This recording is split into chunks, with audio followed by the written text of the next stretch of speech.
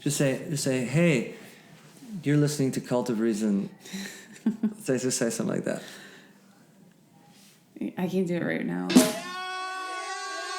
I believe virtually everything I read, and I think that is what makes me more of a selective human than someone who doesn't believe anything. Cult of Reason. We're all monkeys. Apes don't read philosophy. Yes, they do, Otto. They just don't understand it. Cult of Reason. The only true wisdom consists in knowing that you know nothing. That's us, dude. I anticipate a deeply religious experience. Interesting way to open up a conversation. Hey there, welcome to Cult of Reason. This is Mark Pankinen, and this is episode number 4. And this one is dirty. I definitely had to click the explicit content box on iTunes for this one because we get into some pretty filthy, raunchy sex talk. And that's because I'm speaking with a major pervert, and I say that knowing she will take that as a big compliment. She's a figurehead of the local Detroit kink community, a former dominatrix, community activist, Castratta, Lady of Pain. So I had no idea what to expect with this one, but one of the cool things about this podcast hobby is it gives me an excuse to go on little adventures like this and talk to people that I would otherwise never come across with in my day-to-day life. So I met her in association with a big Halloween party in Detroit called Theater Bazaar, and I went twice. And the second time I went, I had to go pick up my tickets at this leather shop called Noir Leather, which is right by me in Royal Oak. So I went in there, and I had heard these rumors that there was some crazy hardcore S&M stuff going on at this Halloween party the previous year, and I thought it was bogus and just rumors. And so while I was in there, I asked the lady that was working there if she had ever heard of that and what she thought of that. And she said that not only were the rumors true, but it was her that was doling out this particular activity that I had heard about. And that turned out to be Lady Castratta. But she was also kind of messing with me, and I was never really sure, what the truth of the matter was, but she seemed like an interesting person at the time, and, I kind of left, and I didn't think much more about it. And then, like a year later, when I started doing this podcast, I was walking by the store, and I just thought that she would be a super interesting person to talk to because she's just heavy into this lifestyle, this S&M lifestyle that I know nothing about. And so I just walked in there one day and asked her, and she agreed to do it. So we spoke on location at the Detroit House of Pain, which is where Lady Castratta has dungeons and hosts sex parties. And I'm pretty sure that I didn't even scratch the surface of the kind of debauchery that goes on in this place. But I went in with an open mind and a genuine curiosity just to hear, what this whole S&M kink lifestyle is all about. And she's the perfect person to talk to about this. So we talk about this alternative lifestyle that she's such a big part of and sexual perversions and the kink community in general. And what I found is Lady Castratta is very smart and really fun to talk to. And she has a background in sociology, and we take a little tangent talking about psychology and the sociological factors underlying some of this stuff. And I try and dig in a little bit more to her personal life, although she tries to keep, some of that private, which is understandable. And she definitely, gets explicit and has some shocking things to say. But I mentioned this a little in the podcast, but I really do admire her and respect Lady Castratta and others like her that are into this thing or this alternative lifestyle that for whatever reason society has deemed abnormal or unseemly, but they have the strength of character not to shy away from it and own it and not be ashamed about anything. And that takes serious courage. And that's great because, in my opinion, there's nothing to be ashamed about.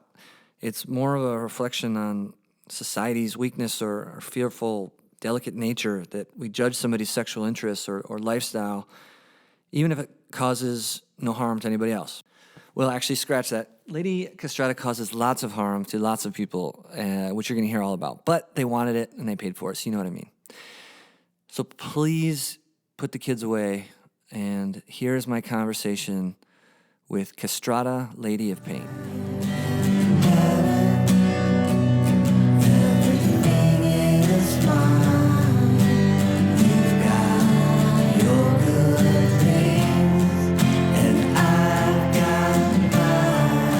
So, Lady Castratta? Castratta, Lady of Pain. Castratta, Lady of Pain. And so, thank you for having me over.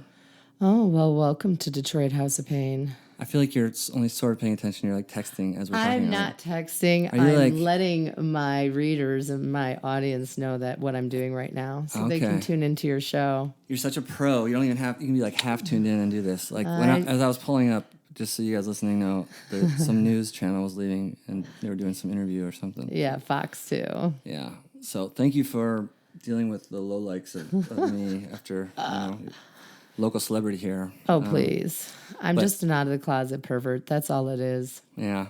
Well, we're going to get into all that. But so I'm actually in Lady Castratta's House of Pain, in a bedroom in the House of Pain. Is that on purpose? Like, is there something I should know about? Because actually now I notice the door's shut. We're in this little bedroom. Well, the door's shut to accommodate the noise control that you indicated you need. It's purely a noise issue. Yeah, it's just to be professional. And, well, we're in the bed and breakfast portion of the house. So the upstairs is more just the play area. And then down here, we rent out the space to couples and different people who want to, have their own dungeon for the day.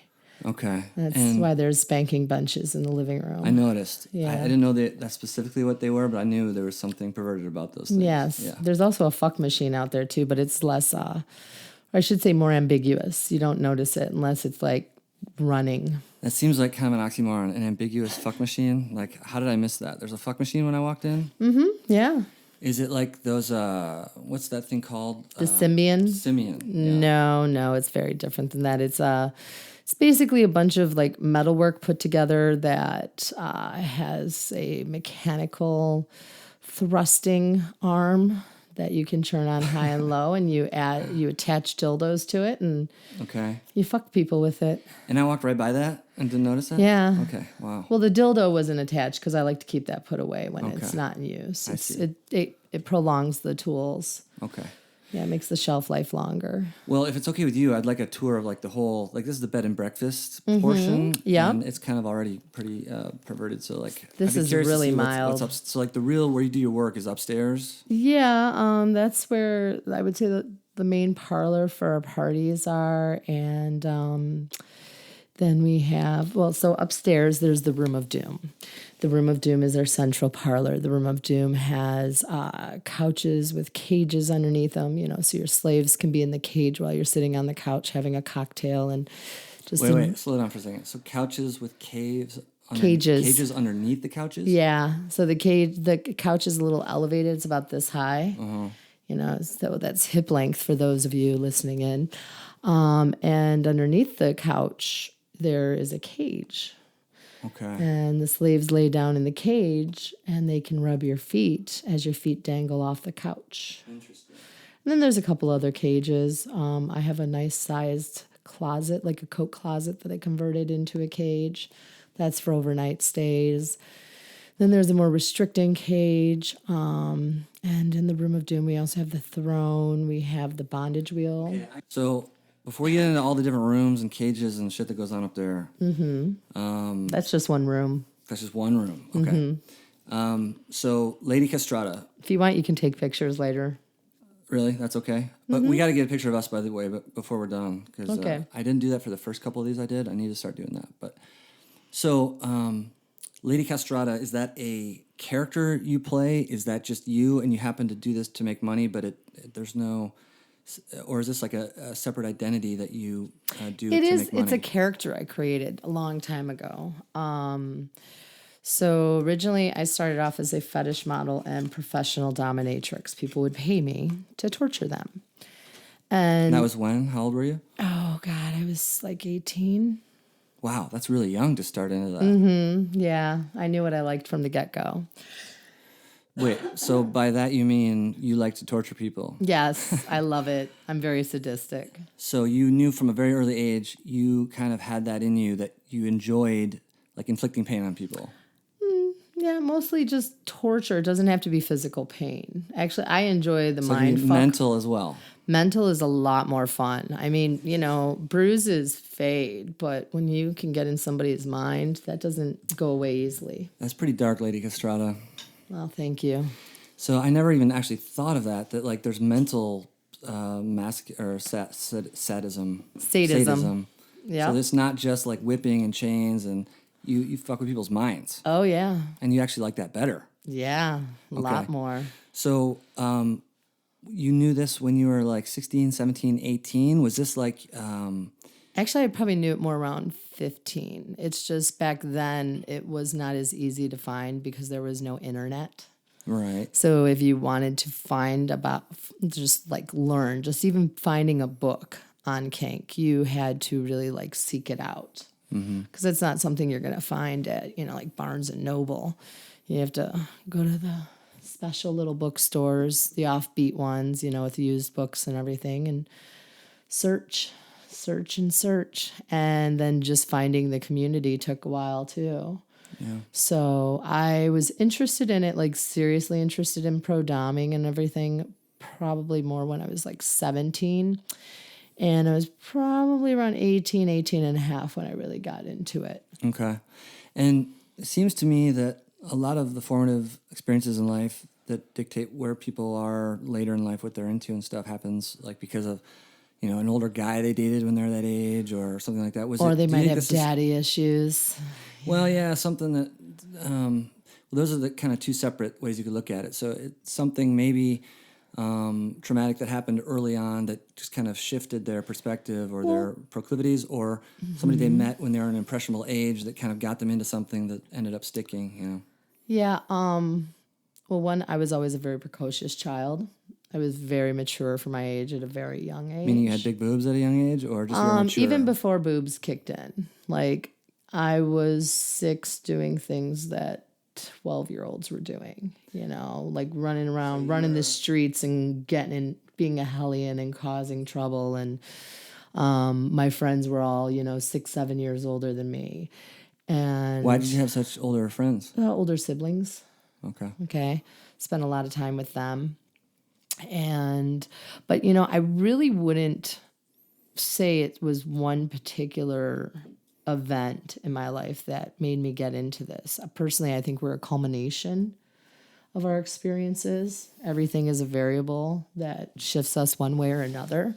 I also do believe there are different archetypes of people that are into this. Like, as far as submissives go, I think there's 3 basic, on the most simplest levels, there's 3 basic archetypes. One is your survivor of abuse. Okay, that's the one that people hear about the most. That's the one the media loves to cover. Somebody who is using BDSM as a cathartic experience to work through something that happened to them in the past.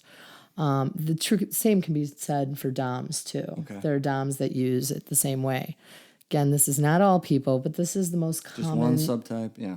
Yeah, one of the most commonly known. The other one is a power broker, and that is what I identify as somebody who's like has to make the decisions all the time. They tend to have very high stress professions, doctors, lawyers, politicians, CEOs. You say doctors like that because I just told you 2 seconds ago I'm a doctor. I know. But I was actually going to ask you. But I'm just saying, you guys are some kinky fuckers. That's all I know.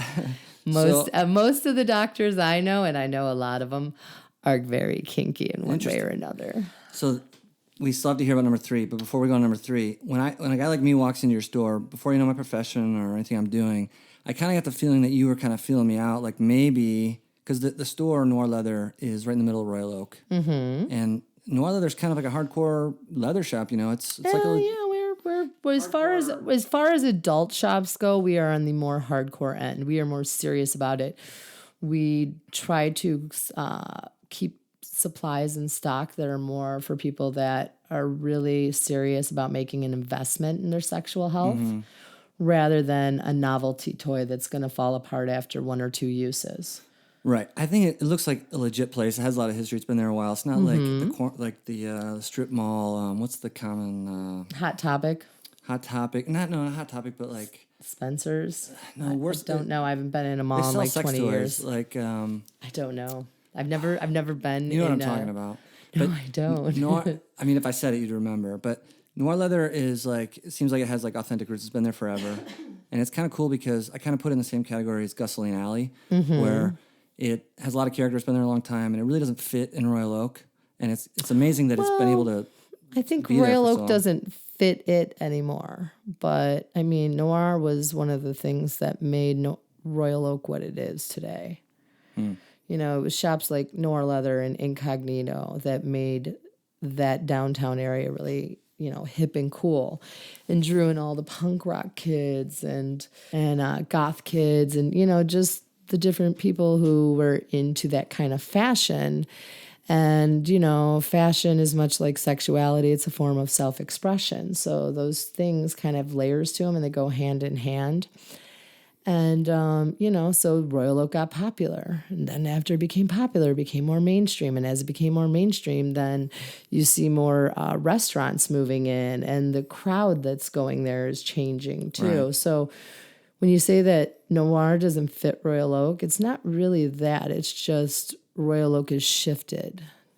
Right, but that's what I think is cool about it, because that's the whole gentrification thing that happens. You have an area that's maybe low rent, and interesting people, artists, people on fringe of society, creative people move in, Subcultures, and yes. they make it super cool. Yep. And then it gets a reputation. Businesses start popping up. The rent goes up, and pretty soon, shops like Noir Leather usually get pushed out. You know, Yeah, that's Gusseline happened Alley with- gets pushed out, but those two places are hanging in there, which I think that's admirable. That's cool, but Royal Oak has changed so much from the days, I think, when it was first, open. Yeah, it's changed a lot since the 80s. So we got a little off on a tangent there, but what I was going to ask is when I walk in, I live in Royal Oak, and I don't look like there's a certain community, I'm sure, of S&M that you can kind of pick out from body language and clothing, whether it's leather and piercings and whatever it is. But I certainly don't look like that. I kind of look preppy when I walk in. So when you see a guy like me walk in, are you thinking like, okay, he might be looking for business, and you're trying to feel it out of like, see if maybe I'm a possible client? Because I felt like that's what you were doing to me, like kind of feeling me out. No, not at all. You're just messing with me. Yeah, I like to fuck with people. Yeah. It's kind of, that's not the character. That's just me. But I make no assumptions about anybody who walks in there, because I've seen people who have, piercings and purple hair, and, they're wearing all the stereotypical fetish goth gear, and they aren't really into the lifestyle. They're more into the fashion of it. Yeah. And then I've seen people who look, totally cookie cutter, straight edge, Mary Jo Smith, and from, up in Birmingham, totally conservative looking, who are big perverts in their private life. So I do feel everybody out. And I do like to play with people a little bit as I'm doing that, because I find it helps people let down their guard. Mm-hmm. If you make it a playful thing rather than overly serious, it relaxes people, puts them at ease. And then they're more frequently, they will open up.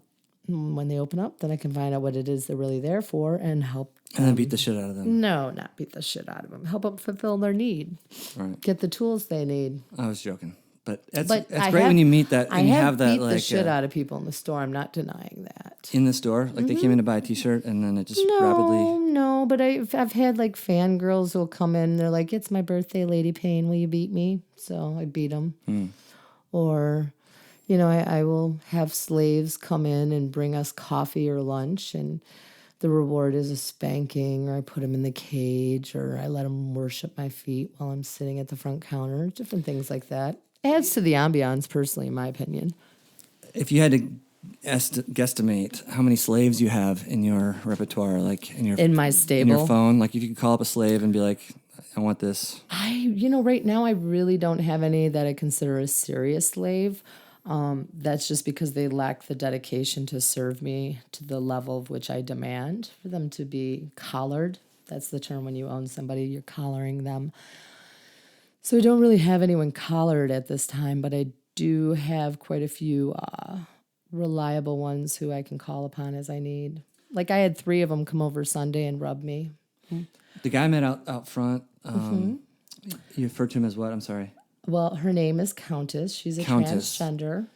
Is that like a slave in training, maybe? Possible future slave? Someone more like I'm mentoring to be a dom. Okay. And so is it kind of like the dating process? Like you're kind of feeling things out, you're seeing how far they're going to go, and you decide at some point, like, okay, you're worthy to be my slave. They go far enough, and then you collar them. That's what you call it. When now they're your slave. Yes. And is that like, is there a contract? Is this like a lifelong thing? Usually it doesn't last lifelong. Not for me, because I'm just too all over the place. But I've had slaves that have lasted, a decade, half a decade. What's the average slave time? Just like any other relationship, honestly. Really? Yeah, it's just like any other relationship, whether it be platonic or sexual. They all have the same shelf life as those relationships. These are very normal things. It's just we engage in activities that are not necessarily deemed normal to mainstream society. I feel like a slave can't break up with you, though. Like, that's totally... No, they can. They can? So you've been broken up by a slave. So you've had a slave, but they're your slave. Like, they can't do that. No, they there's a process to it. It's not like something they can do on a whim. So does that... I feel like it'd be even... Like, it never feels good to get broken up with. But I feel like it almost hurt more if you have a slave break up with you because, like... No, well, like, okay, I had a slave, and it was kind of a mutual thing just because I'm highly demanding and they're aging. And, when I say demanding, I make my slaves do a lot of physical labor. They'll be over here scrubbing floors, cleaning windows, pulling weeds. Genius, really. Take out the trash. Yeah, that's part of my courting process. That's part of the audition process is if they will do enough labor and they do it consistently enough, regularly, like on a schedule, once a week, twice a week. If they're serving me on that domestic servitude level for a long enough period, then they start to get rewards. And then I start considering them more mine. Well, sign me up. So I just have to come over here like almost every day, clean your house. Not every day. I get mean, punished mentally and physically. Like once a week. Yeah, but it's actually... But it's a lot of work. Like, you will be picking up dog shit. You will pull weeds. You will scrub walls. There's just any kind of cleaning that I need done, any kind of work I need done. And then if somebody has a special skill set, too, I utilize those skill sets so that they may not be doing as much of the menial labor. But, like, say they're in web design. I might have them working on a website for me.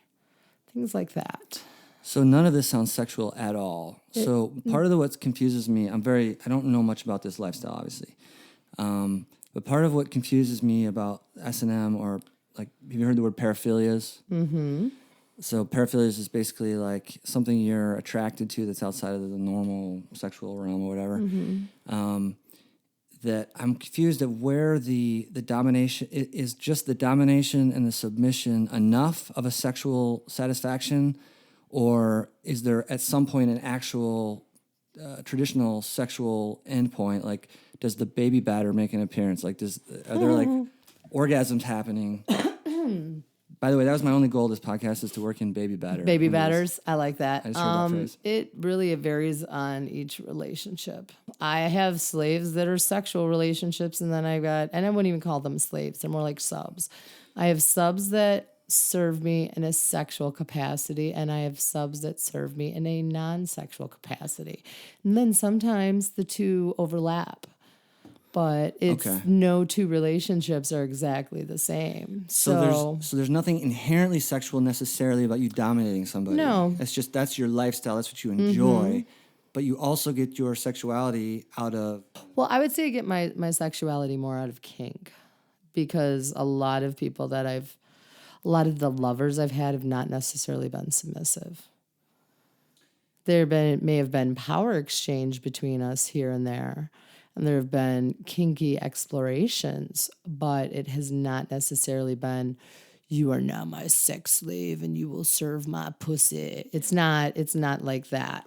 That's a very specific thing. It'd make dating tough if like that was the only thing that, you know. No, I'm not very one-dimensional like that.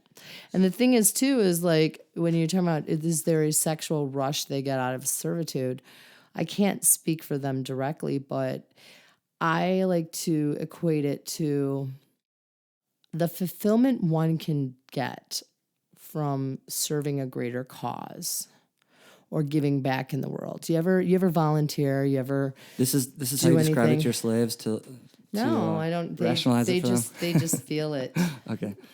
Well, I do tell them you're not serving just me, you're serving the greater cause. Right. Because a lot of times it isn't just me. I may have another dom here, somebody I'm mentoring. Well, once they're your slave, anything goes, right? Like whatever you say you're going to do that day. Anything within the limits of their boundaries. Everybody has hard limits. And we respect that.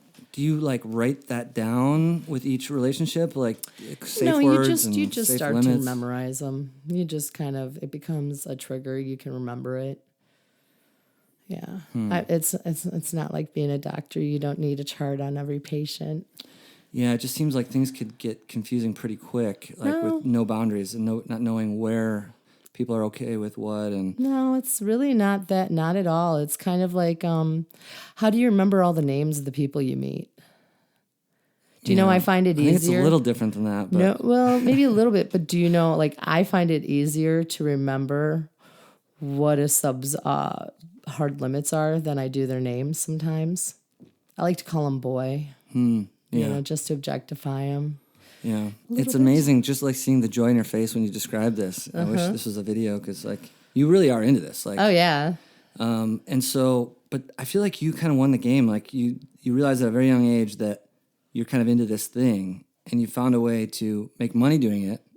Yeah. You kind of live in this culture where maybe it's kind of taboo in the general society, but I'm sure you have a very close-knit community of people that are into kink and various different things. And you have, and then there's layers to that community too. There's like different,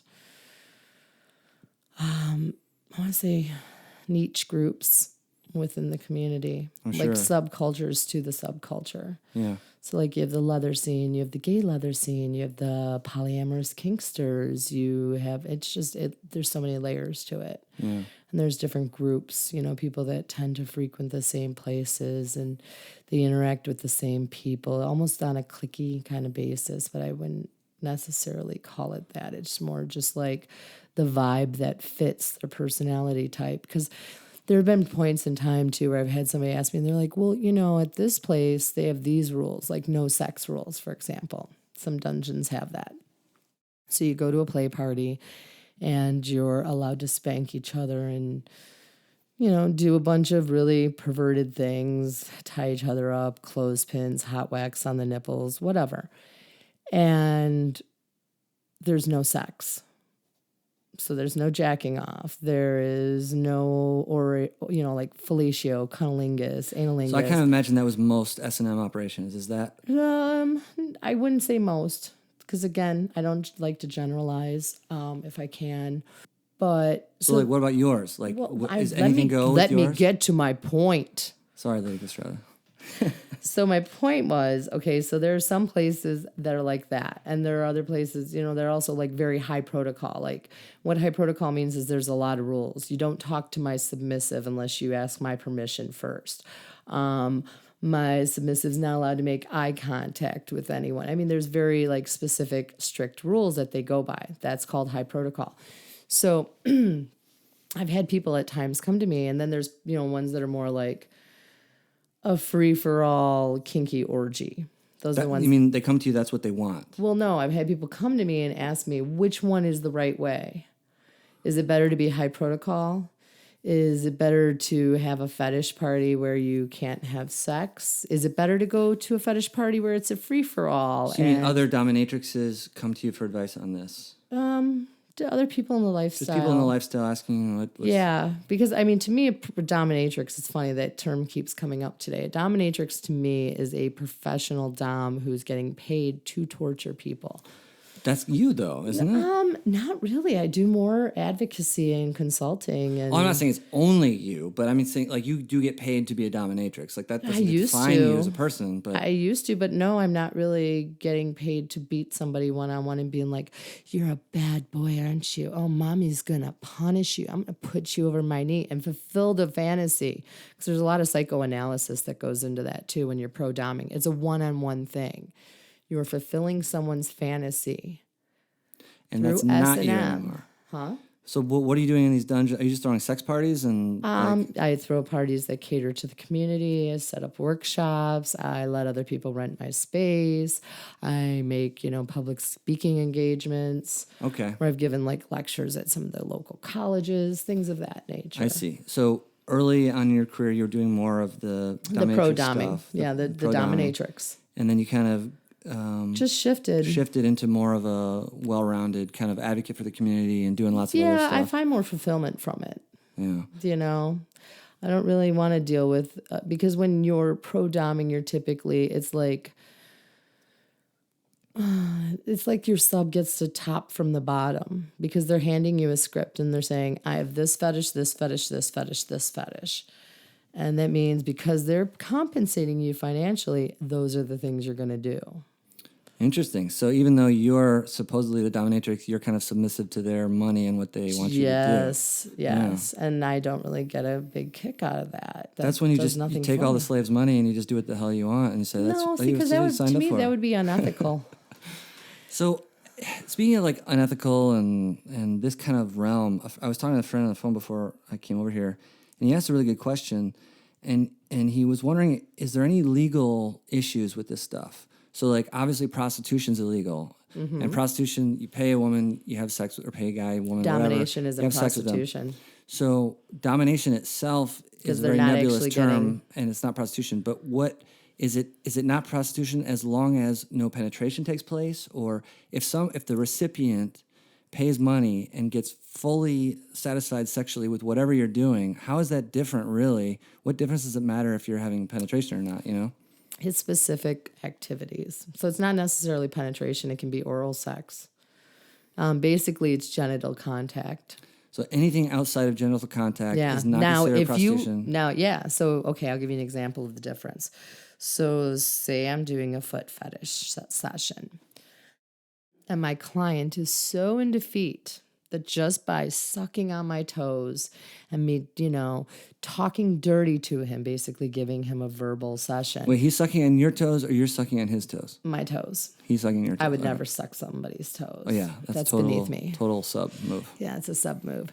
So somebody's sucking on my toes, or they don't even have to be sucking on them. I had one guy once where I had him rub my feet, and then I made him lay on the floor, and I kept like trampling him. So that's walking on him. So I'm walking on his chest, and I'm squishing his face underneath my foot and making him smell it. And I'm talking dirty to him about my feet, all this like verbal and is he just fuck. Like, is his face like in bliss like this whole time, like loving it? He ejaculated without even touching himself. But see, that doesn't qualify as prostitution because at no time was I stimulating his penis. Right. It just goes to show like the legal distinctions. Well, do you know what the legal distinction between prostitution and pornography is? Well, one's watching and one's physically acting. One is you're filming. That's the difference. Right, exactly, yeah. So basically, if prostitutes really wanted to get around the legal loophole of prostitution, they would just have all their Johns film them. You're so right. Yeah, you pay somebody to have sex with you, and it's legal, you go to jail. You just put a camera on, now it's porn, and it's not illegal. Mm-hmm. It's ridiculous. It makes no sense. It is. Yeah. It is. And the problem with it, too, being illegal is they make it harder to regulate, which provides more room for public health risks. So, because like as somebody who, hosts parties, I'm a big advocate of safe sex. I feel like you have way too much fun. Like, how many parties are you hosting here? I try a lot. Yeah? Mm-hmm. You have an interesting situation where your professional life kind of blends almost imperceptibly into your social life, right? Well, yeah. But I mean, doesn't everybody? No, most people are at GM or on the line working 9 to 5. They go home and they're exhausted. Okay, well, I'm not talking about blue collar. because in a way this is a white collar profession. Even though there's not a school for dominatrix. I think it needs to be a different collar, like brown collar or yellow collar. See, brown and yellow, you just indicated shitting and pissing. Which I'm sure you've gotten into that, totally, right? that's like flagging for golden showers and scat. But I've done it. I'm not particularly fond of it. Scat is when you do scat, I've never heard of. Scat is brown showers. Oh. So you're pooping on someone. Oh. And when you poop on somebody, you learn to appreciate how much scent a toilet really holds in. Right now, you'd be disgusting anybody else you're talking to, but this is like my profession, so I smell it every day. I'm not going to go vomit, but like, I just picture people listening to this right now, like, okay, that was too much. That was too far. Garlic and eggs. Ooh, man, they really... I bet people actually even pay more for like they will diarrhea versus regular. They'll pay more for scat, period. Yeah, and there's a lot of men who want to eat it. Oh my goodness. Oh yeah. I mean, I act like I'm horrified and surprised, but I'm really not, because I mean I've read. I usually, like, when I do one of these things, I read a book or two to like kind of give me a perspective or ideas for questions and stuff. And I read this book called Perv. They were just getting into all the different paraphilias and all the different things that people can be into, and it's limitless. I mean, you can't even imagine the spectrum of things that people are just sexually attracted to. No, I can imagine. Well, you can. Most people can't. And so that was one other question I had to read too, is knowing that range is infinite. Has anybody shown up for your services where you're like, sorry, dude, that's too much, or like you're just not comfortable with it? Yeah, I've actually, just this week, I had a guy who wanted to pay me to castrate him because the name Castratta. He was like, "Oh, is that based off of castration?" Isn't that what you do? It's your name, like. Yeah, and I'm like, I'm not actually going to castrate him. How much was he like offering to pay? Like $20? We didn't even get that far. $20, please. It would cost so much more. But no, we. But do you think it was real? Do you think it was not that I doubt that somebody would actually want that done? I think it's anything's possible, but do you sometimes deal with people I'm not that certain, because I didn't engage him enough to actually think about that, right? To analyze it, but I just said no, and he's like, well, I'm like, no, I don't like to do things that put me at legal risk, and he's like, well, isn't much of this lifestyle legal risk? And then I got into the whole, well, beyond consensual non-consent. No. I mean, most of what we do is, it'd be really hard to press charges on somebody. Okay, so we can go on the record saying you are against cutting off dicks. Like, that's where you draw the line. I'm against anything that would leave someone with permanent damage. Okay. I mean, if you know what, it's kind of like being a transgender. You know, if somebody wanted to become a eunuch, sure, okay, if you really want to be a eunuch and that's what you feel is going to make you happy and fulfill your life, by all means, who am I to tell you what's going to make you happy? But I think you should go through some steps to make sure, and to reflect and have that, self-awareness to know if this is something that is indicative of a bigger issue that you need to work on, or if it's something that, is really going to make you happy. And if it's really going to make you happy and it's being done in a healthy way, then by all means, take your dick off. Good for you. Well, Lady Castratta, that's why you're professional, because you don't just cut a guy's dick off. You say, hey, I'm not saying you shouldn't cut your dick off. Let's just make sure you thought this through. Get the proper medical. And yes, get the proper. I mean, I'm not a doctor. If I cut somebody's dick off, I could seriously damage them. That could be bad news. It would be horrible. Yeah. I mean, even chemical castration. I used to have a client a long time ago, really wanted to be chemically castrated. And for him, pro sessions it was more of a cathartic thing. So he was married, and he didn't want to cheat on his wife, but he pretty much only saw his wife on the weekends because of his profession. Like he worked in one place and they lived in another kind of deal. So he didn't see his wife as much as he should to really, help foster a healthy, loving relationship. So anytime he got the urge, when his eyes started to wander and he started to like crave women, he would come and have me torture him to get that feeling to go away. And major amount of pain. But he really wanted to be chemically castrated. But wait, let's stop. Pause for a second there, because that gets at my confusion. So he is not into traditional sex with his wife. He gets these No, he urges. is into traditional sex with his wife. He just doesn't see his wife enough. Okay. So when he gets that urge that you're talking about, like he wants to come... When he gets the urge to cheat. He gets the urge to cheat in the normal way, have sex with another girl. And he can get rid of that by just coming and getting beat up by you with no sex. Particularly if I'm like kicking him in the balls. So you're kicking him in the nuts, and there's no orgasms happening. There's no sex happening. You're just kicking him in the nuts, and then he doesn't want to go have sex with other women anymore? Yep, that urge passed.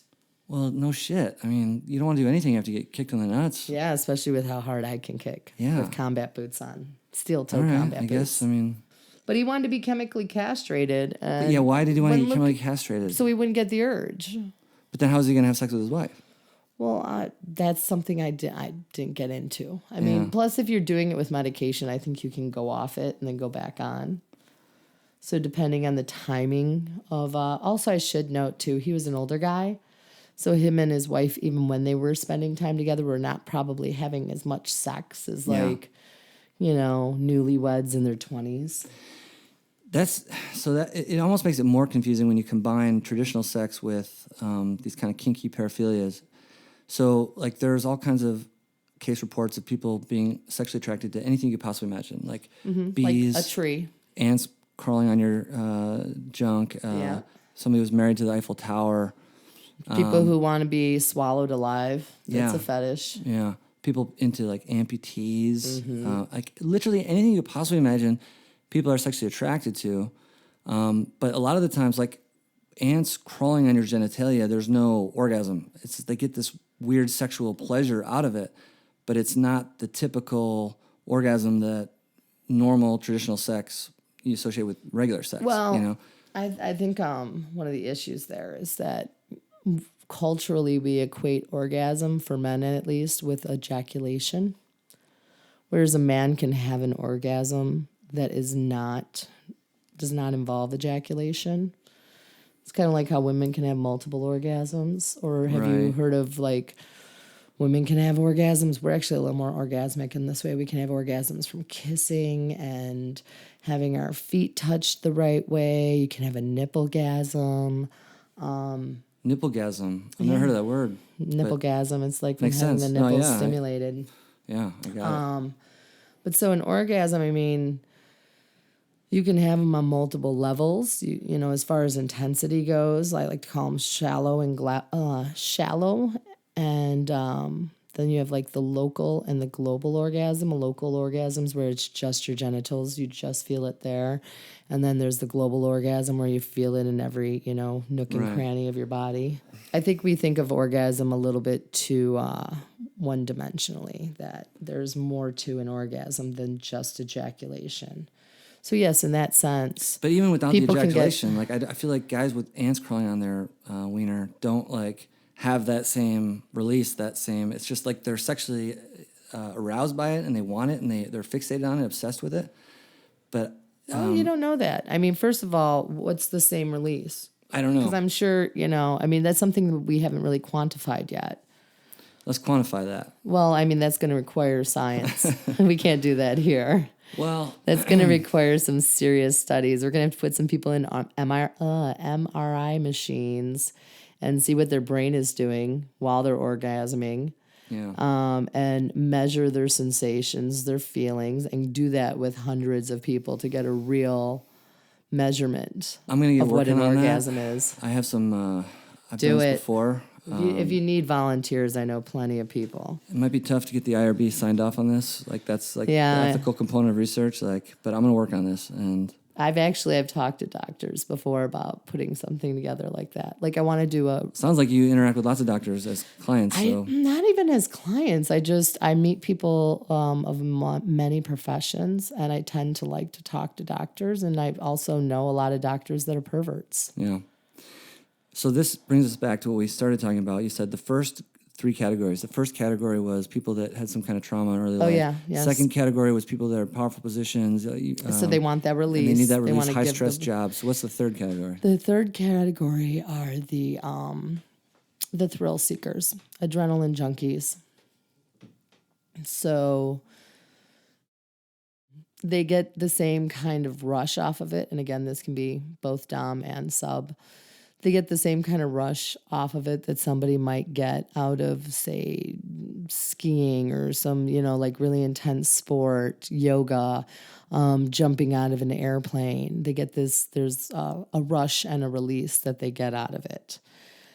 And a lot of times too, and this is actually, I would say, the most common type of kinkster I experience. Of the three, this is the most common, you think? Yes, because what it is they start off with something simple like they tie their lover up. And that adds a whole new dimension to their sex life with their lover. And they get this big rush off of it. But then they go to tie up their lover again, and it's kind of like taking drugs. The first time somebody takes a drug, they get this really intense high, right? Whether it be alcohol or marijuana or something else. So they get this intense high off of it, and they go and they do it again. But they don't get that same high that they first got. So they push it a little further. They push it a little further, and they take a little more. What do they call it? Like chasing the dragon, I think is what it was been referred to. And so it's the same thing with kink and S&M. They might start off with just tying each other up, and they love it, but they're not quite getting the same thing out of it after it becomes routine for them, just like regular sex. Any kind of sex can become routine after a while. So they add new variables, new activities, and they get that rush again. So they take it a step further and a step further. Next thing you know, they went They're a slave. from They're Lady Castratta's slave. a slave, or, they want something huge in their butt. Or Okay, that's a perfect they segue. want to suck a dick. So the way I came across you, everybody's asking me, like, so how do you know this person? How do you I mentioned that I was talking to a dominatrix, and it was amazing to see, like, the level of excitement that people have for this stuff. Like, people are so fascinated with sex and anything taboo. And Yeah. And Sex is a very important part of who we are. Oh, yeah. I mean, it's one of the... It's the driving force. Otherwise, without sex, our species would have went extinct a long time ago. Yeah. And it's so interesting how that taboo element of it kind of keeps it simmering under the surface. So people are just so drawn to it and just thirsty for, like, they're so curious about lifestyles outside of the norm. And so people are asking me, like, how do you know this person? And the way I met you was at Theater Bazaar. Mm-hmm. I went to that one year, and I was thinking about going the second year, and I heard at some point that there was a fistatorium going on. Fistatorium. And that there was somebody there fisting people that you could just, one of the rooms you could watch. That's just an urban legend. We don't actually fist people. That's what I thought. I thought that was bullshit. And then I saw, and then well, they said, again, remember, Lady Payne is a character, so you were fucking with me, so that you don't do that. Well, you'll never know. You have to go and see. See, this is the kind of shit you were giving me in the store. So I thought, there's no way that people are fisting people like in a party that big in Detroit. But yeah, we would not never that you've do never that. done that in your private I career. would never do that in a public place. That's so against the law. That's a sex crime. Yeah, it's a sex crime. Sex in a public place. Okay. So, okay. I would be on the sex offenders list. I would never do something like that. People want to believe what they think they're seeing. Yeah. And it's late at night at some crazy Halloween party in a dark room and somewhere. Yep, and the lighting is just right. Yeah. Well, I'm glad that makes way more sense, because I was like, "There's no way that's true. There's no way that's possible." But so unless it is, but you'll not. You got to go to find out. Yeah, who knows? Good publicity for the party. Are you working that party again this year? Yeah, I do the fistatorium every year. Basically, we move all the furniture from here to there, like the wheel that's upstairs. This is all fistatorium furniture. Well, it's my furniture that we move into the... They basically created the fistatorium based off my character. Like, I'm something that they wrote into the story that is Theater Bazaar, because it is your basic... There's a backstory. Okay. You're going into the mind of a serial killer. So every part of Theater Bazaar is another room in his mind. Every year, that's the theme? No, that's the backstory. The backstory... For every year, or just the... Because I know there's a different theme every year, but I didn't... Yeah, I think they're kind of getting away from doing themes a little bit. And even when there is different themes, those themes are just layers to each other.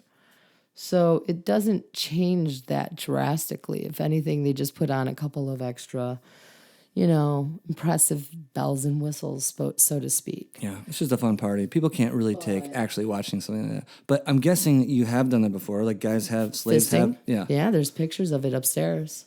And the majority of your clients are guys? When I used to do pro doming, yes. When you used to do it, yeah. It's interesting that it seems like, for some reason, that any kind of paraphilia or any kind of deviant sexual perversion or anything like that, it's like 99.9% guys. Well, women don't have to pay for sex. Any kind of sex, even when it's not sex. You just think of it as the sex industry. Women don't have to pay for it. Male strip clubs, where guys take their clothes off. Guess what's more prolific? Gay male strip clubs. Yeah. Women don't have to pay men to take their clothes off. That's true, but a lot All we have to do is I could go on Facebook right now. We could play an experiment. I could go on Facebook and be like, who wants to come over and eat my ass? Yeah. And I guarantee you I would have a line of either messages or comments, probably both. No doubt. There'd be like slaves fighting in the front yard. They don't even have to be slaves. They're just guys who want to get off and they want to engage sexually. So women don't really have to pay for that. I hear your point, and that's true. But like you said, a lot of your clients are wealthy, successful men who can Well, either... that's because poor men can't afford to pay for it. Right, but these guys can either afford it or they can get plenty of women, but yet they are still drawn to this kind of perversion, this kind of... No, you know what? Actually, men who pay professional dominatrixes are not necessarily... It's not that they're paying to be dominated, because they could get it for free. Because a lot of them are attractive men, respectable, nice guys where you like talking to them and spending time with them. It's not that they're the type of guy who has to pay for sex necessarily, or their fantasy fulfillment, because again, it's not sex. They're paying for discretion. Because the type of men who pay a professional dom are typically very closeted about their fetishes. They can't even come to terms with them themselves. Like I've seen guys walk through a door of the dungeon and they come in and they're so submissive. They're on their knees and they can't even look me in the eye. And they're just like, oh, they just want to be dominated and controlled. And then as soon as they get that release, that fantasy fulfillment, they call it subspace. Subspace? Subspace, there's a high they get off of it. So they reach this like epic moment. They get a high. And then they're done. And but nothing traditionally associated with orgasm or... Well, I mean, like I said, there's been times where guys have spontaneously climaxed without even being touched. But no, that's not the end point. That's not the goal of it. It's to give them this fulfillment. And are these guys like turned on when they leave and they want to go home and have sex with their wife now? Or are they like, okay, thank God, now I got that out of my system? And yeah, they get it out of their system and now they're not submissive anymore. Huh. They don't want to be submissive anymore. I've seen it like a light switch where they go from being submissive to, and I particularly notice it because at the end of a session, I would make them clean up toys. I'd be like, all right, we've used all these toys on you, these whips, these clips, electrostimulation, handcuffs, whatever. And I make them go through and sanitize them because I like to keep things clean. And I find one of the ways of giving someone the assurance that what they're using is clean is if they're cleaning it themselves and they know that that's part of the pattern, they're going to know when they walk through the door that those toys have been cleaned since the last time they were used. So... I know I would sleep better at night if I knew one of your slaves cleaned the toys because I know you're going to make them do a good job. Well, I typically will go over things again myself, but I do make them clean them. And I've had guys who are like, nope, session's over. They're not going to clean it. I'm like, no, you will. And no, I'm not really submissive. I just wanted to pretend I was submissive for a little while. It's like the guy who's drunk has sex with a girl, and as soon as he orgasms, he's like, oh my God, what the fuck did I do? I got to get out of here. Yeah. And the whole charade drops. It's like, oh, you're really not into me? And then he's just out the door. You see a similar thing with this, where once he gets what he wanted out of the thing, he has no reason to play that character anymore. And he's like, I'm out of here. I'm not going to clean your floor. Sorry. It's another reason why I don't let a lot of my slaves get sexual gratification. Yeah. It keeps them, when you deprive, no is a very powerful thing. The word no is probably the most useful tool a dom has. You can make anybody do just about anything if you tell them no enough. What do you mean by that? Well, deprivation. You tell them no, and they're going to want that, and they're going to keep wanting it, and they're going to work for it. And the more you tell them no, the more of a buildup they have within themselves. I feel like you're like a master psychological manipulator. How many, you have so many years practicing this. Like, I have quite a few. I mean, I put it down for a long time because I wanted to do something that was more socially acceptable with my life. And, you know, I thought I found the mate of my life and was going to be all nice and normal for him and have a normal career. So when was this? I want to say it was about a 10-year stint, maybe. So, maybe about, 7 years, I think. So probably around like 2004, 2005. I went back to school as a non-traditional student, went back and got my high school diploma because I was a high school dropout. And went to community college and then went to U of M and studied abroad. And I wanted to be a foreign service officer. I wanted to work in human trafficking and, change our policies, particularly pertaining to sex crimes. Because, I hate the fact that somebody can be piss in public or they can be 18 and their girlfriend's 16, and so they're forever on a sex offenders list because it's technically statutory rape, even though they're a child themselves. So I don't really like the way our policies are pertaining to sex offenders. And also, you can have a rapist who maybe will spend 6 months in prison, but somebody can do 5 to 10 years for a drug offense, a non-violent drug offense. But you can have a baby rapist who's only going to be in prison for 6 months. That's if they even do prison time, because most of them get off on probation. So I really was disturbed by all of that because, sexual violence is something that's always been important to me, as far as I think we need to do more as a society to curb that because it's so ingrained. Feel free not to answer, it's too personal or whatever, but so you were into this stuff at a pretty early age, and was I sexually? Did you have any trauma like that? Anything like that? It was just something that you. No, just something I observed, and I really have an issue. So there was an important issue to. Yeah, I think it's an important issue.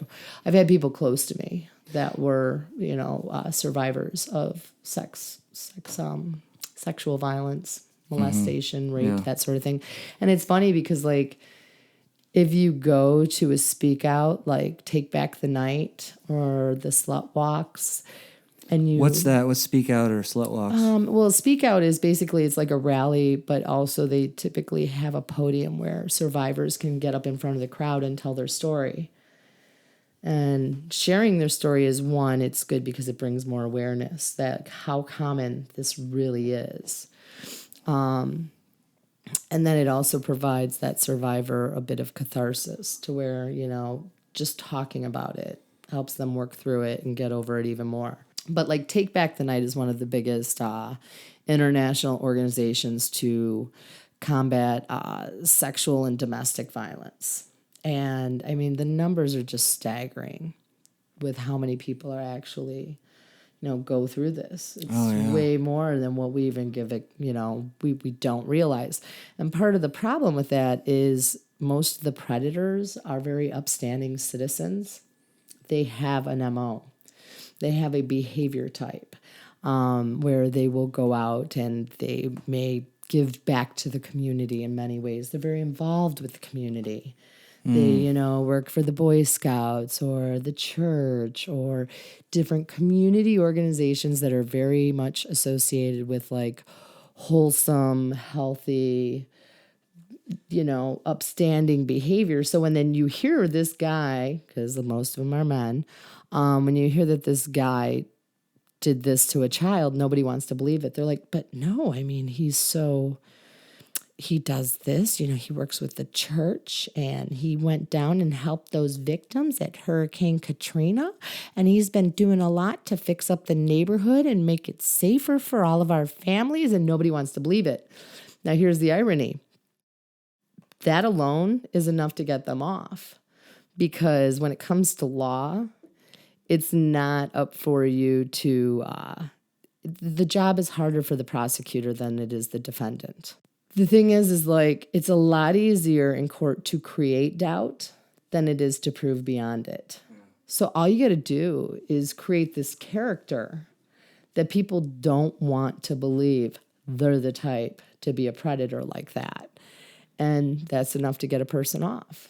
That's the scariest thing about psychopaths is that, they're almost always upstanding citizens, and they're almost always charismatic, and you would never know. And all that it takes to be a psychopath is the inability to empathize with other people, right? Yeah. And so you go through life with a single-minded vision of anything that enriches me is good, and you can step on other people, hurt other people, and don't suffer any of those moral consequences of that. And so these types of people end up being enriched in high, lucrative positions of power. Because obviously, if you're in a very competitive job environment, if you're not losing sleep over fucking over some other person because you're a psychopath, that's a trait that's going to allow you to move up the ladder faster. Yes, definitely. Sounds like you have a little bit of background in dealing with these kind of people. Is there an overlap in the kink community, in the S&M community, and the psychopath community, and the psychopath people? No, definitely not. If anything, I would say it's less, because communication is much more important. And I mean, don't get me wrong, you have predators. You do have predators everywhere. But people talk.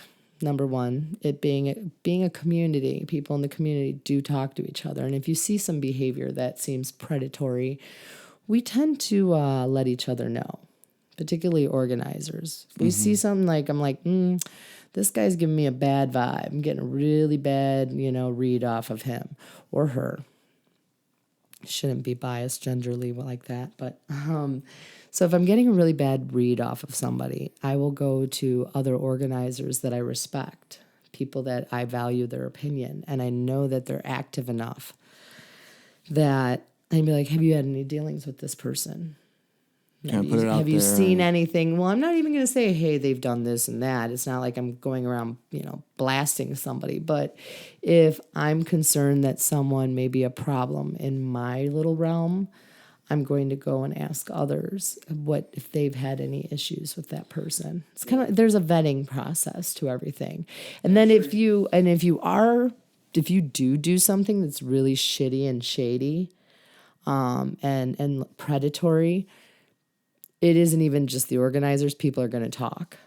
People are going to be like, well, did you hear so-and-so? They did this to this person. And oh my God, that was horrible. And that's not cool. That's not what the lifestyle is about.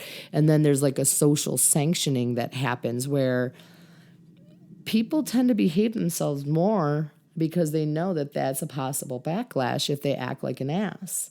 There's one factor. Second factor is I find because people communicate, because there is more communication required with kink than there is just having sex. Everything's negotiated. Everything, all the little details. You don't have that with normal sex. Guys just it's usually the male's the sexual aggressor. Not always, but usually. I should say the instigator or the assertive one. And whichever the person is, if it's the male or the female, that person will, they'll make a move. They see what the response is. Then they make their next move, and they see what the response is. It's like going from, okay, first I'm going to kiss you. All right, you're kissing. Yeah. You're responding well to my kissing. Okay, now I'm going to try to touch your boobs. All right, it's that same social dance that... Yeah. Well, the thing is that's not negotiated. In vanilla sex, people don't say, okay, well, I really like you. Can I kiss you? Well, that's what they say you're supposed to do now in college. Well, yeah, it's starting to be more encouraged. Yeah, but you have to be society. Like, can I knee you in the balls right now? And they have to, because you can't just do that and then find out later. Not unless we have a relationship already, and it's been decided that I'm allowed to do that whenever I want. Right. Yeah. You know, but otherwise, yeah, it's totally, hey, I want to do a scene right now. You know, I want to go play. I want to, how do you feel about me fisting you? I want to fist you in front of all these people. I want to fist you and make you suck his dick. How do you feel about that? Right. Good luck just trying to do that without clearing that up beforehand.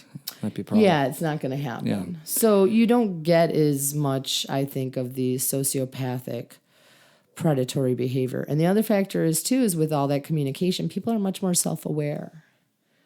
You know, I find kinky people tend to be more healthy mentally, you know, because they are more in tune with themselves. They know what they like, what they don't like.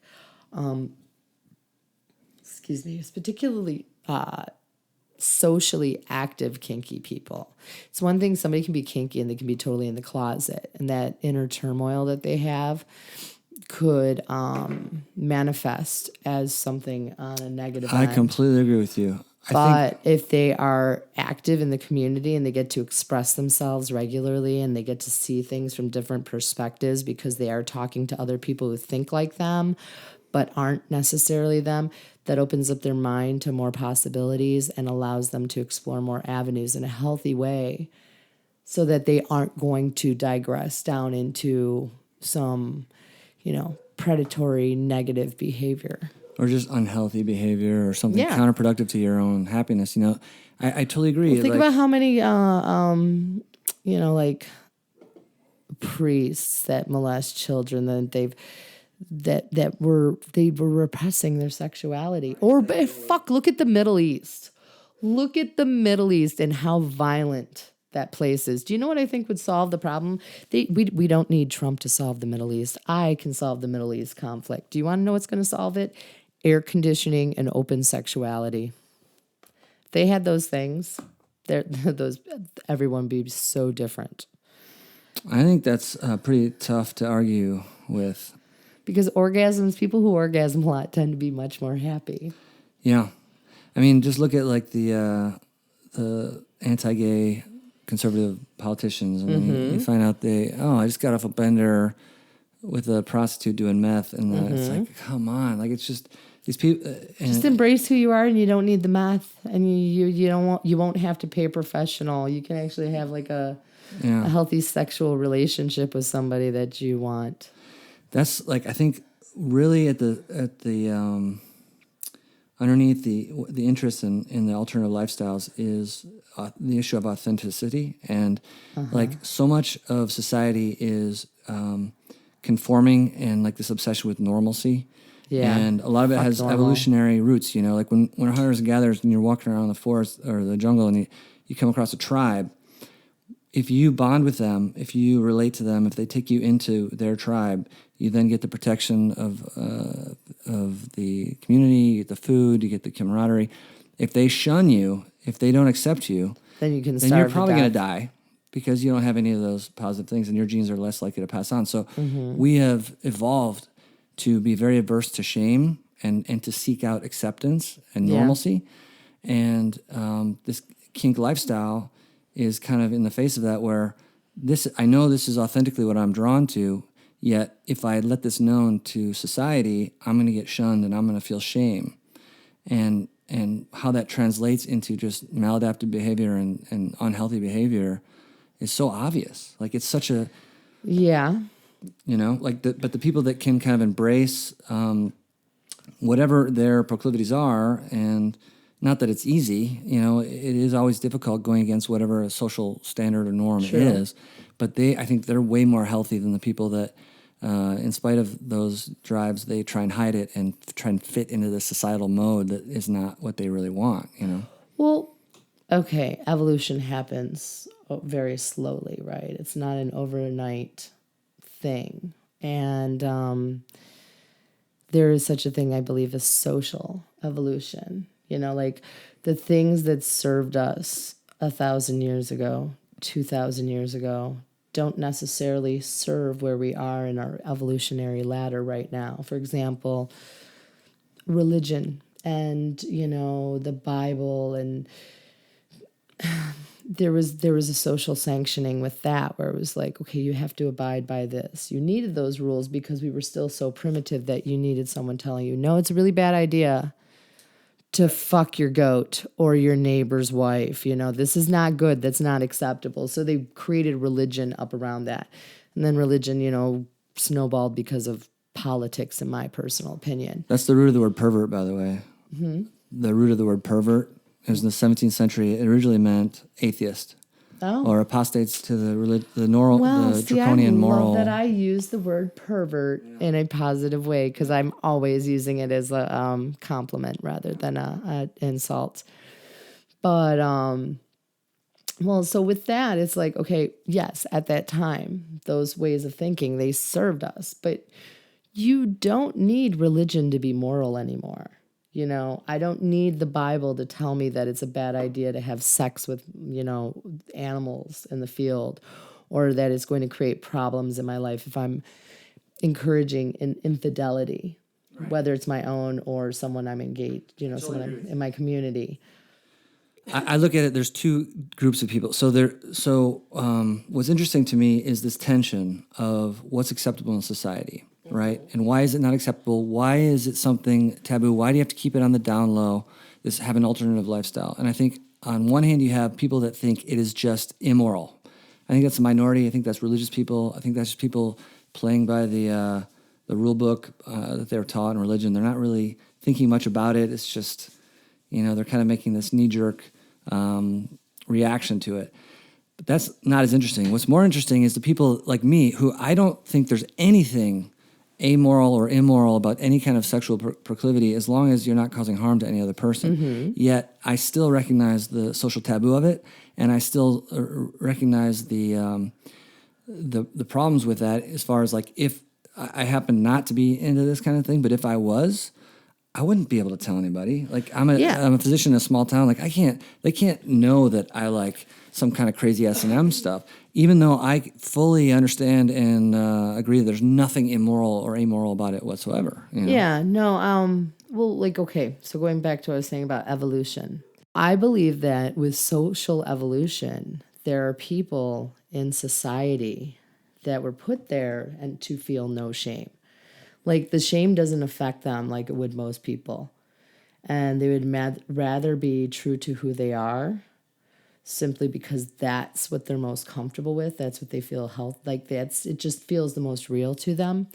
I believe there are people out there like that who were put here specifically even on a biological evolutionary level to help society jump culturally, socially to the next level, to leave behind those things that we once thought, oh, this is bad, we can't do this. Now that doesn't really serve our purpose. It doesn't serve where we are in our point of history. Mm-hmm. So we need to jump to a new point. We need to evolve, and our way of thinking needs to evolve. So I believe that there are certain people, particularly like in kink and this lifestyle, who engage in it openly, and they're totally at ease with it. They're peace with it. And them doing that gives other people the permission to do the same. Them living out loudly allows other people to come out into the light, you know, where they don't have to stay in the closet and they don't have to feel the inner conflict, because those people are speaking so loudly and so boldly, those individuals, that they make it, you know, where people start identifying and feeling okay about it. And it's like a waterfall, you know, it starts with one drop. Waterfall starts with one drop, but with enough of it, next thing you know, you have this tremendous force that just is unstoppable.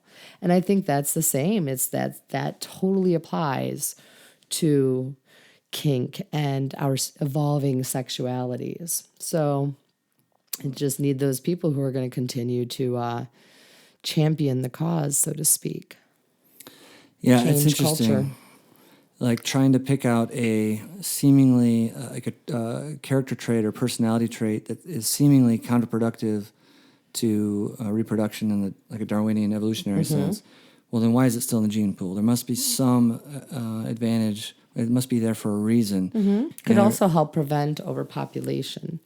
Like right now, we're seeing a lot of not even So even population growth just slowing down. There are certain countries that their culture and their customs pertaining to romance and marriage, love and sex, are changing so much that they believe that those societies, if they continue on the path that they're on, those countries will basically be extinct. Japan being top of the list, right?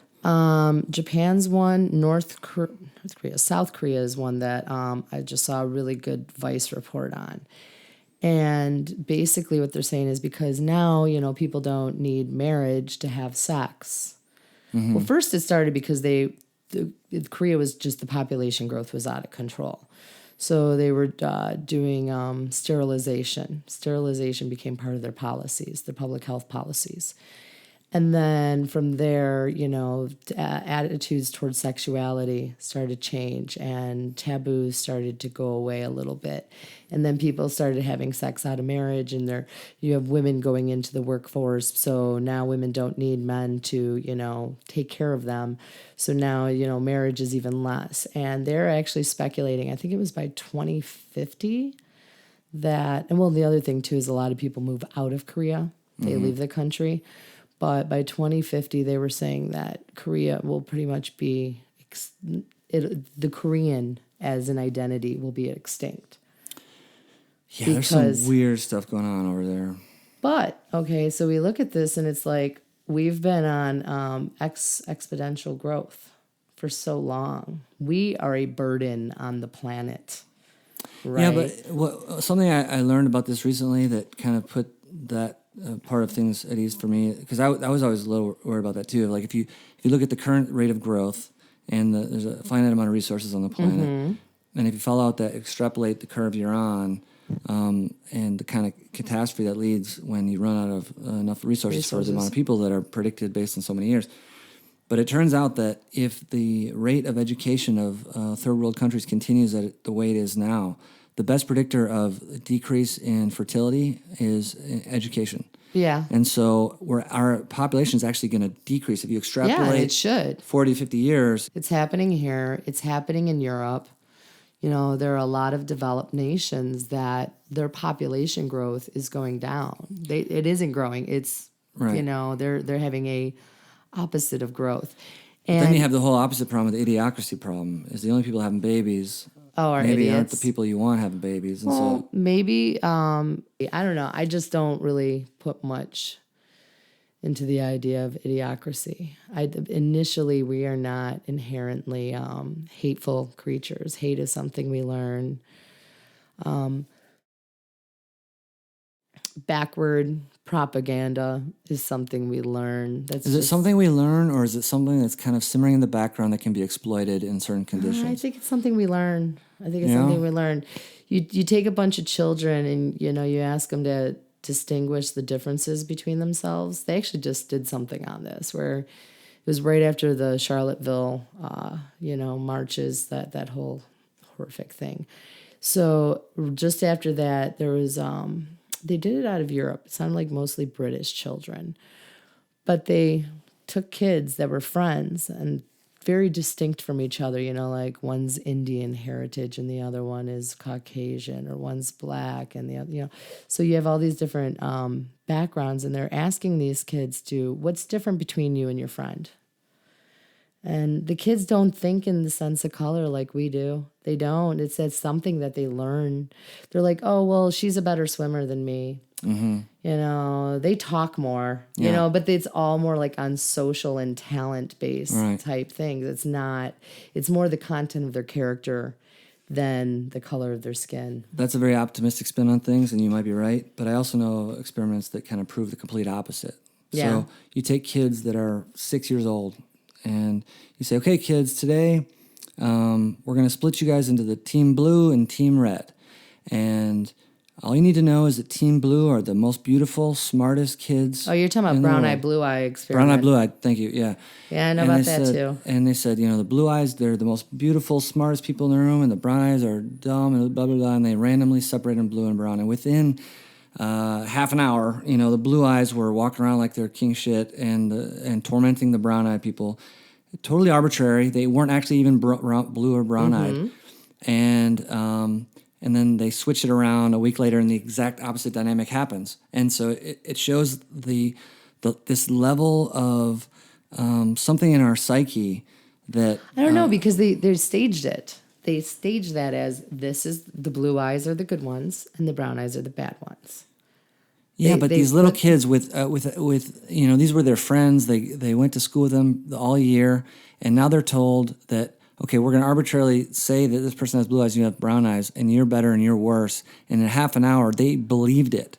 Both the people that were superior believed it, and the people that are inferior believed it. Yeah. And it was almost instantaneous based on a completely arbitrary distinction. Well, again, but that's what I'm saying. Those things are taught. That's not what those kids initially thought. No, but That's they not didn't how teach them identify. this. This was their interpretation of the rules of the game. So they were told this is the game, and within minutes they were deep in it, and they were associating themselves, if they had brown eyes, with being inferior, and if they had blue eyes, they were associating themselves with being superior and taking it out on the other group. See, I'd like to revisit that experiment, because the way I always understood it, because I learned about that in sociology a long time ago. But basically, the way I had learned about it was they set it up as a negative. Like, today, the kids with the brown eyes are the good kids, and they're going to get the special treatment because you're special. You're better than brown eyes.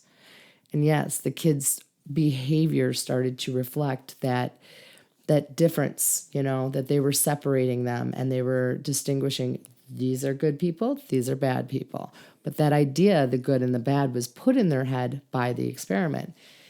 And then they did the same thing. They flipped it and said, okay, this week, all the kids with the brown eyes are better. Yeah. And the kids, again, reflected that same behavior. But it was something that they were taught. But you're saying it was put in their head, and I'm saying the fact that it was that easy to put it in their head is the scary I didn't say part. people aren't sheep. Well, but I mean, these little brains were so willing and easy to play this game of, now all of a sudden I am superior based on this arbitrary set of rules. Mm-hmm. And in contrast to the history they had with their friends playing on the playground for all year, it was this little simulated game, and that's all it took. All of a sudden, now they're better than the brown-eyed people, despite all their history with them. And it just kind of pinpoints kind of that darkness, it seems like, that's in our psyche, that we're so ready to put people in another category, this other group. And once you put somebody in a group that's outside of your group, then almost anything becomes possible. And that's how, war crimes, atrocities happen and all that other stuff. I think to a point there is like a driving force of competition, on even like genetic memory level. There is that. But I also know that we have a proclivity towards cooperation, and community. If we didn't need each other, we'd all be hermits, What about the Stanford prison experiment? You hear about that one? Which one? The Stanford prison experiment? No. So this is one where they took college kids, and they took like 20 kids. They split 10 and 10, half and half. And they assigned 10 to prisoners, 10 to the guards. It was a week experiment, and they were going to live in the prison, and they were going to play out these roles. Okay. Right? Totally arbitrary, random assignment to one or the other. And some of these people were friends. They knew each other from campus. They were the same age. And they found that within the first day or two, the attitudes that started coming out of the people based on the role they were assigned were completely different. And the guards started berating the prisoners.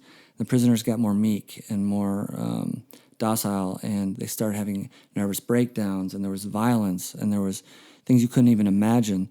And the girlfriend of the head investigator of the trial on the fourth day came to stop in because he was there at like 3 a.m. This was a week-long thing, all night, 24 hours a day. Mm-hmm.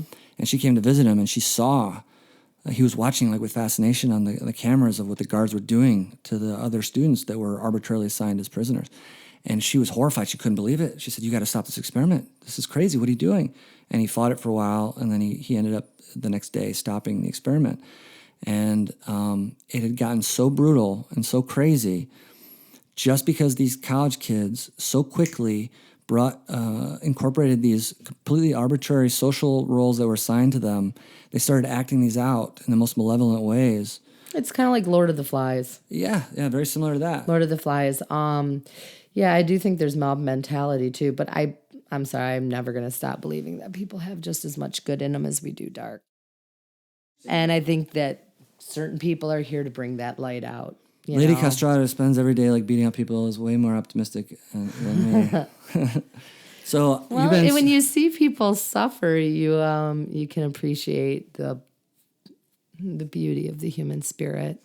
Well, that's one of the reasons of many I was excited to talk to you, because like you've had experiences that most people don't have. Like you live in a different universe, and kind of you're obviously a very intelligent, thoughtful person. You think a lot about this stuff, and like having these types of experiences is going to change the way you see the world and your perception of things, and it's a really interesting perspective to hear. So I'm glad you agreed to talk. I know you got to go. Like we've been talking for a while now. Yeah, let's You've been see, so what time is it? generous with your time. And then look, I put my phone down and everything. We've been talking quite a while. So before we end, because I gotta settle the issue of you and your personal life, because it's super interesting, like how you balance your personal dating life with your lifestyle. And you alluded to, you tried to go traditional for a while. I did that. I was with somebody for like 8 years. I lived with them. And so when you did that, you got out of all this stuff for a while, was that because he was uncomfortable with it, or is it because? Not really that he was uncomfortable with it. It's just he didn't like sharing me. So he didn't even like he didn't like sharing me with an audience. So before we talk about getting out of it, before you met this guy, your dating romance lifestyle was it like no boyfriends, no monogamy? You had slaves, some sexual, some not, some boyfriends, some not, very fluid, just kind of all over the place. It is kind of typical of anybody who's young and new to dating and is exploring a lot. I'd have relationships that lasted a month, 3 months, but that was my first really serious relationship where I really loved somebody, the one that I gave up everything for. So was it you became kind of disenchanted or disillusioned with the lifestyle, and then you met the guy, or was it you met a guy that got you so excited that you're like, okay, for him, I will get out of this lifestyle? I met him, and I was so in love with him that I was going to move away from all of this and work on something else that I felt passionately about. And as I got to the end of my undergrad, I decided I didn't want to work in that field, and the relationship had ended by that point. Now, was there any strain on the relationship because of the difference in lifestyle sexually because that's a pretty dramatic change, right? Going from your pre-relationship life to standard monogamous life. No. That wasn't a problem. No, monogamy was not a problem. So after this guy, though, you went back to this world and you've stayed not here right since. away. First, after we broke up, I kept going on the path that I was on, wanting to work and influence policy, change laws, sex crime laws. But I'm talking about relationships. I know, but I'm saying, so I was done with that relationship. And I kept working, going to school and wanting to be normal, quote unquote, live the normal life. And then I just decided at the end of my undergrad that I didn't want to continue. I wanted to go back to doing this. And actually, I had a muse. Kind of still have that muse. So I have a muse, someone who really inspired me to be true to myself. I met someone and I was becoming disenchanted with the whole the foreign policy and politics and all that, and what I was studying, became very disenchanted with that. And as I was becoming disenchanted with that, happenstance, I met this other person, and I loved the way they looked at me when I would talk about, the ghost of Lady Payne, the Lady Payne I was before, and decided to get back into it. They kind of inspired me to get back into it. Got back into it, meaning the lifestyle. But what about your personal relationships? Well, that's a personal relationship that I've had, and they're still in my life. But I'm more, I'd say I'm more of a relationship anarchist because I really enjoy my autonomy. Like, I can love someone. I'm very in love with someone. Like right now? Right now. And I've been in love with them for years. Is this the muse or somebody different? We're just going to leave this undisclosed because I don't want to give away too much about this person. I like keeping them private. Right. It's kind of like it's one private part of my life. So I really, really love somebody, but I really enjoy living my life and doing me. Like, I don't want to get caught up in a relationship where I'm going to start thinking in the we all the time. And women do that a lot. We give ourselves up for a relationship. I think everybody's ideal when they live life is like, who am I? How do I be happy? How's the most authentic version of me? And then once you start to hopefully figure that out a little bit, then the question is like, well, then how do I make a relationship work with a whole other person while staying true to that? And most people let a lot of that go. And most people let almost everything go to be in the relationship. Yes, they do. When you have the lifestyle you have, it becomes very obvious very quick how much you're going to have to give up and how soon. Mm-hmm. Because if you meet a random guy off the street, like, what? You have slaves and you do all this, like, they're going to get freaked out and you're going to have to decide pretty quick, okay, I'm going to have to give up this lifestyle and go with this guy, which it sounds like you did. So it's interesting to me the degree with which you can... And I didn't like that I let that much of myself go. It never felt right, probably, right? Not 100%. So, yeah, when I met somebody who accepted all of me, they accepted all the Lady Pain stuff. If anything, they're like a cheerleader for it, They encourage me a lot. They support me a lot. So when I met this other person, it changed the way I looked at it. And I'm like, I don't have to choose anymore. I don't have to give up a part of myself. If anything, I kind of have to be more self-aware and communicate more. So your day-to-day life and your job and who you see yourself as and how it fits in society is not typical at all. It doesn't follow any straightforward rules. How much does your relationship mirror that? Like, do you think you could ever have a traditional relationship in that world? Or do you think just by nature of the way you're going to live your life, whatever relationship you have is going to have to be something completely outside of the norm of what we think of as typical relationships? No, I can have a typical relationship. It's just something that I have to keep very separate from the public part of things, if that makes sense. It's like, okay, and I'm not comparing myself to her. Pick I don't know, Lady Gaga, for example. Not comparing myself, not on the same level as this person, but they have their public identity, correct? Yeah. Do you know who their significant other is? Do you know anything about their significant other? Do you know about the person they're in love with and what their daily life is like? No, they really don't. Maybe if you're a fanatical fan, you might find out that information, but it's not something that's common knowledge. It's not all over the headlines with the rest of whatever, the pop star is doing. And so I think it's important to keep those parts of our lives a little more private. And that's, just for your own sanity. Because if I give everything of myself away to, the audience or the people that I'm encouraging in the community and I advocate for, then I'm going to have nothing left to give. Yeah. You're a bit of a chameleon, and I've kind of noticed you've kind of sliding in and out of character. Is this I don't even know your real name. I just know Lady Castratta. Yeah. And it's kind of, you do it kind of in a cool way of not knowing exactly, is this the character? Is this the real you? Well, and how much? How about there are two sides of my nature? Yeah, and they kind of blend. There's Maybe no clear cut I line. have multiple personality disorder. Yeah. Only it's not disorder because I make it work really well. Right. Yeah. Before we wrap this up, is there anything? I'm going to pretend like anybody listens to this. Like this. You never know. Like, Somebody might. You can they might plug log in. something. Well, we have parties every month. People can find out if they follow us on Detroit House of Pain on Facebook. We're also on FetLife, which is a website I highly. What life? FetLife, as in FetLife. fetish, FET, life.com. It's like Facebook for kinky people. So there's not really much censorship and lots of very pornographic material, I'll tell you that. It's great. It's like I said, it's like a social forum, but you can put your dirty pictures up there and talk about that, whereas on Facebook you'll get banned for a month. Well, this was super fun. Thank you for doing this. Well, thanks for coming over and bearing with me as I lay in my tummy. Do you have time to show me some of the crazy stuff upstairs, the torture dungeon stuff? I will show you one room. All right. Just one, because like I said, they're kind of messy.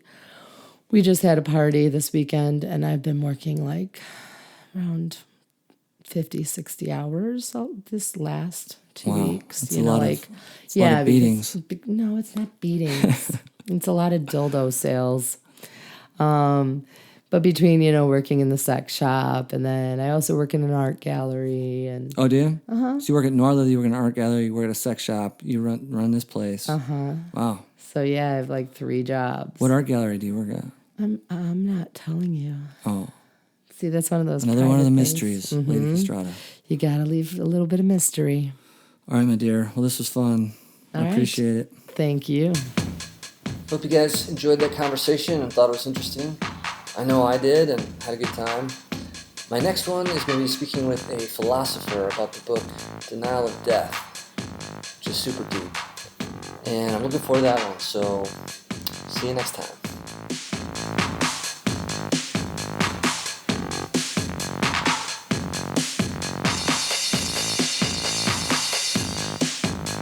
Sucking on my titties like you wanted me, calling me all the time, that blondie. Check out my Chrissy behind, it's fine all of the time, like sex on the beaches. What else is in the teachers of peaches? Huh, what?